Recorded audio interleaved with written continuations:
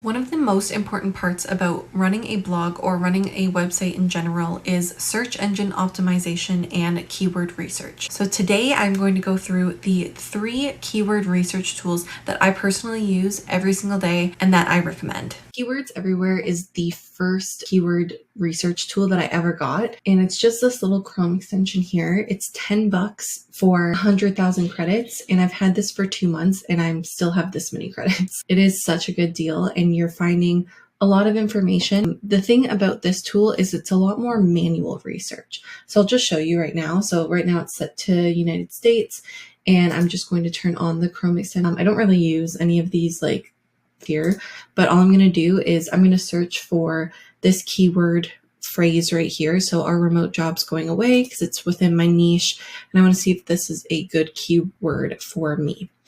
So this is what you come up with. So it has the SEO difficulty here. That's pretty high, honestly. You want something that's like under 50 or around 50. And lower is like amazing. That's sort of like what you're seeing here. Brand query, if that keyword is associated with a brand, and obviously this one is not. So it's going to say either yes or no, and this is obviously a no. Off-page difficulty and on-page difficulty. I honestly don't really pay attention to these 2 metrics, but they are helpful for it. Like, I don't know. I just don't really care about that. I'm more so just looking at this right here, the SEO difficulty. So you can also see here the trends throughout the years, and all of a sudden there's like a spike in September 2022. You can see like it's very popular here, and it's good for that because now there's search right now, you can see, but then you can also get some long tail keywords, and this is where if this is too high, then you can start searching for some other long tail keywords that are here. So you could search on this one, and it's actually funny. This is my article right here. So I'm already ranking for this keyword, and it like comes up with Google, so that's great. But it says the SEO difficulties right there. But anyways, this is how you find long tail keywords.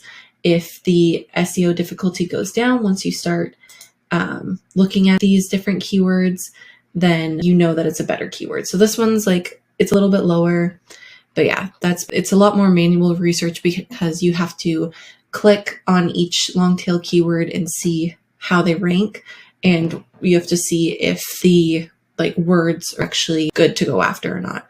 It also gets to, is like domain is kind of like a metric in my opinion, because it's not Google approved, but anyways, I'm not going to get into that right now.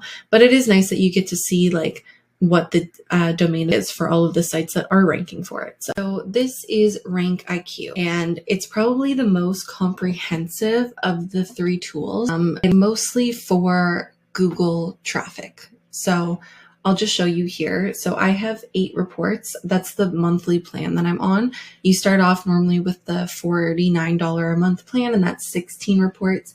But I found myself not really using the reports feature much. So I went down and downgraded to, I think it's $29 a month, and it's 8 reports.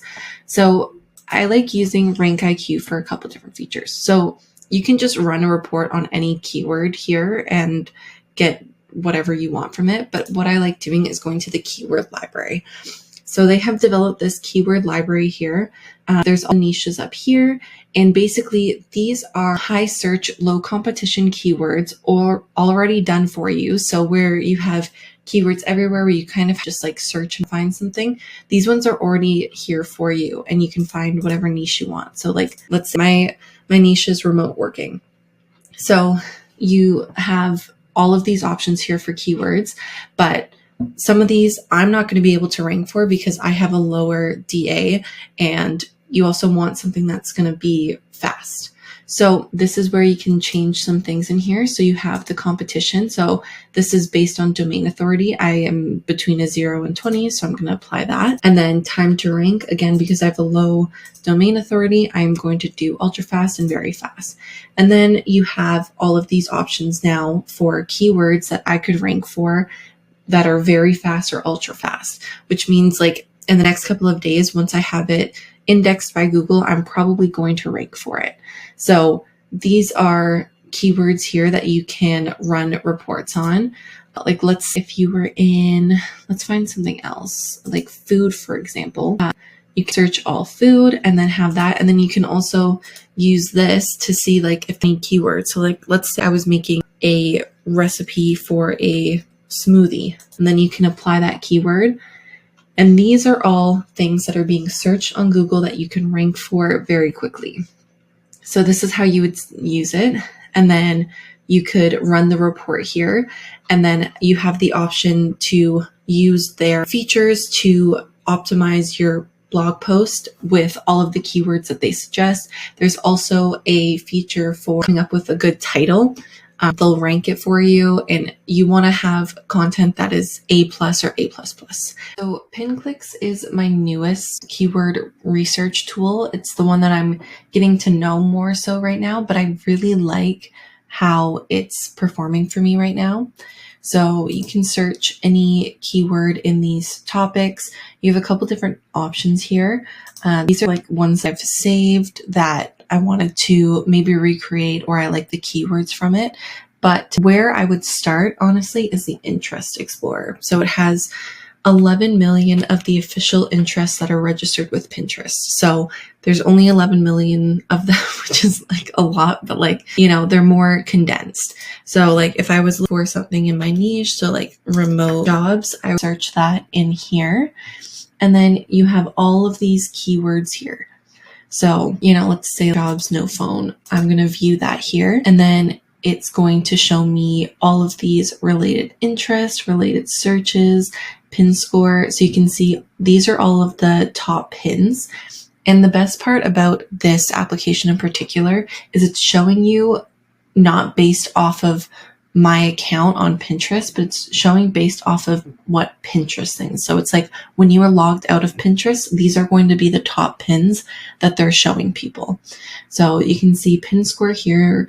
This means that like it's a really pin, how many saves it has, which is not usually a metric that you get to see on Pinterest. So it's nice that with this tool, you can see how many saves there are, because that's such an important metric when it comes to Pinterest.